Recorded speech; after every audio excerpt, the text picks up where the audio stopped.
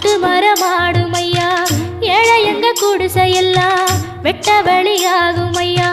செந்தூரில் நீ இருக்க என்ன குறை நேரும் ஐயா. கோவில் மணி கேட்டிருந்தா வாழ்வில் இல்லை துன்பம் ஐயா. மலையில் வந்து விழுந்திடணும் மீனு, விலை போனா பசிக்கு அது சோறு.